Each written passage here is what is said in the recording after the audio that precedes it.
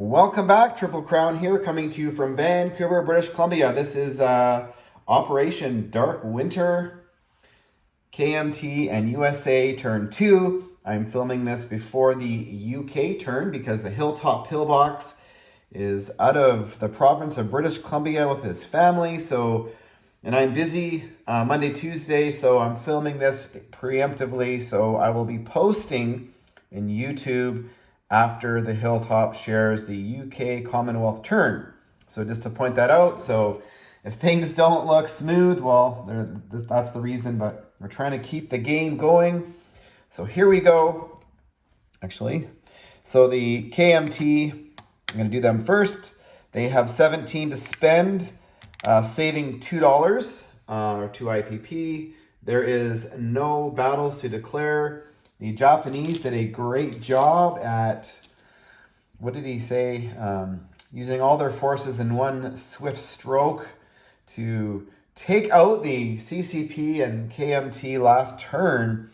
So neither the CCP or the KMT really had a counterattack. So it'll be all non-combat movement. So this should be hopefully a short turn. And just to clarify, I did have one cavalry short in the placement. So now we've changed the setup a little bit. So in Shanghai, there is starting 3 cavalry, not 2. And to offset that, we've added an SNLF infantry into the Caroline Islands. So just to point that fact out. So all non-combat.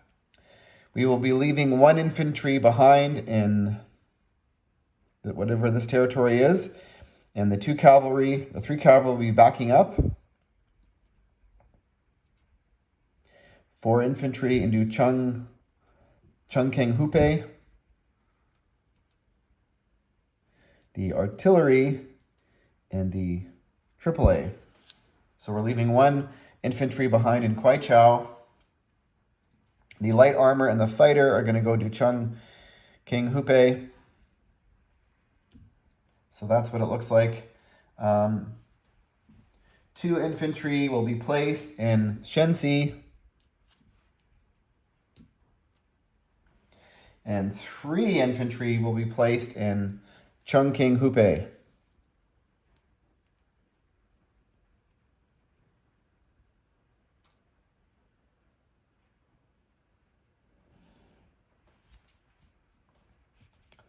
And so the Japanese control that territory and this territory. I don't have a roundel on that territory, but the KMT has 1, 2, 3, 4, 5, 6, 7, 10. And they get the 5 bonus for the Burma Road being open. So they will have 17 IPP going into round 3.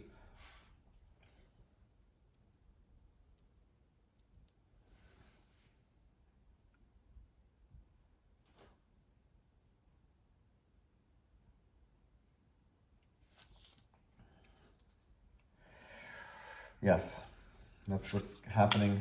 I'm just thinking about if that's what I want to do.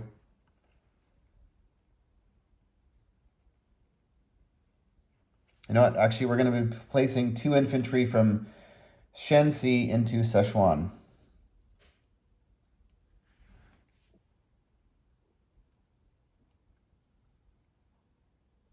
Is that what we want to do?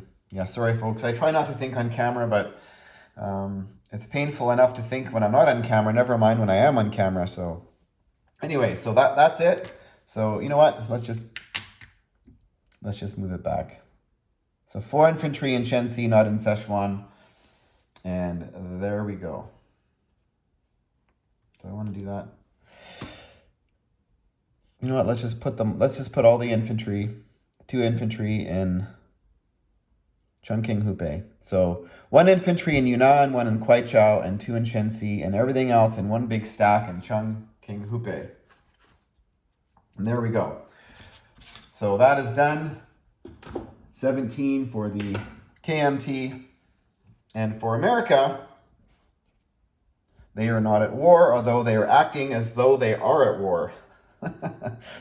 Line from Top Gun. I know I'm pretty Pretty corny. So they have 14 IPP to spend, saving 2, purchasing 2 Marines and 2 regular infantry.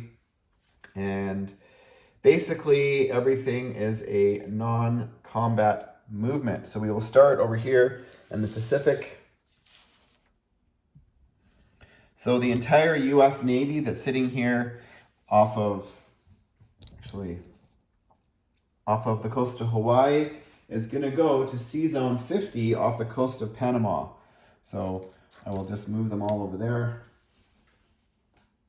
The fact that the Japanese, why am I doing this? The fact that the Japanese have a sneak attack and they are sitting at the Carolines in here, they've got 6 submarines here, is what they could do is they could position themselves next turn close to the Sea Zone 50, and that would trap America in the Pacific. So I want to give America a route to get away from the Japanese Navy to take away their sneak attack. So that's what's happening, in case you're wondering. So that is 1 naval transport, 1 torpedo boat,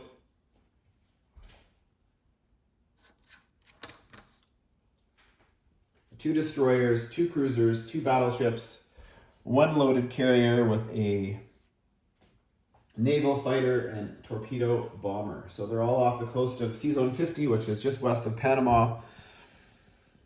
And this little navy here of the destroyer and torpedo boat is moving 1 and 2 off of the coast of Hawaii. The naval transport off the coast of Sea Zone 133 is going to join their link up with the American Navy on the coast of Sea Zone 50.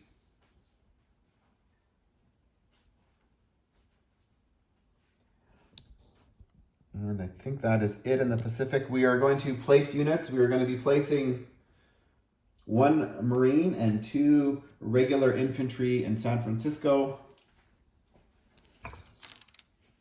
So 1 Marine and 1 regular infantry. The medium bomber and the fighter are going to fly back to San Francisco that are in Hawaii.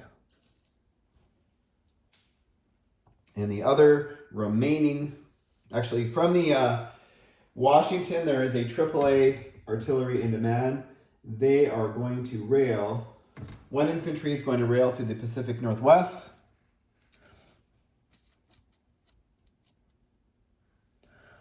1 artillery is going to rail to the southwest, and the AAA is going to rail to western United States. And the lone Marine is going to be placed in Washington. So currently that's the only unit on the East Coast, is 1 infantry in Washington, D.C.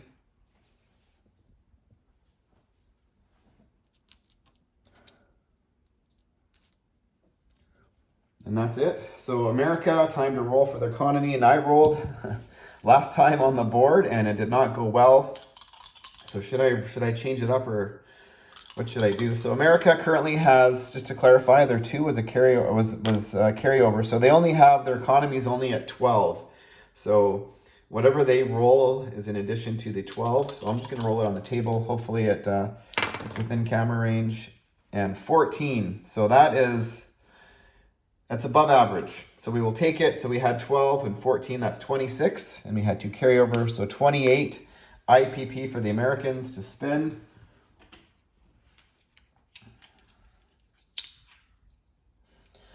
Now, in case you're wondering in terms of strategy, because I shouldn't reveal, but why I'm doing this, why I didn't lend lease to the KMT last turn, what's going on over here is I have a feeling, given the position of this Japanese Navy, they're setting up to attack the United States. They did not go over here to set up off of Siam to go for Calcutta.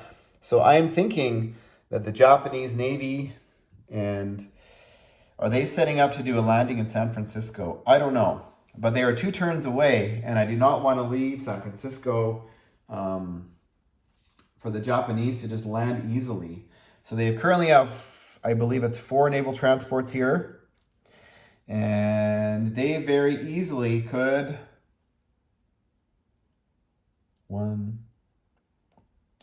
2, 3. Bring their 4 transports next turn, 1, 2, 3, and then 1, 2, and do a landing. And then this navy down here would join them. So just trying to protect the homeland, because this is similar to, and I've mentioned this in other videos, San Francisco early in the game with America only having a minor IC.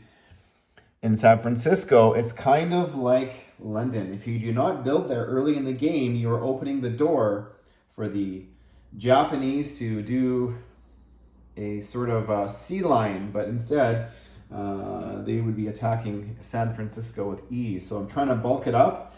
And currently in San Francisco, there's 4 regular infantry, 2 Marines, 4 aircraft, and a AAA. And surrounding it is 2 artillery, another regular infantry, and another infantry in the Pacific Northwest. So trying to bulk it up to stave off the Japanese from doing an easy landing, because that sets America back. As we saw in a previous game, that when Japan has units in San Francisco, it's pretty devastating for the Americans. It sets them back 2 or 3 turns. And then does that open up the Germans from doing a sea line? Which that would be pretty devastating, because that would mean America could not help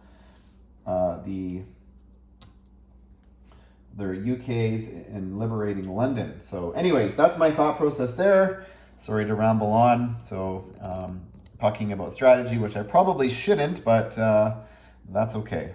Anyways, thanks for watching, folks, and stay tuned for round 3.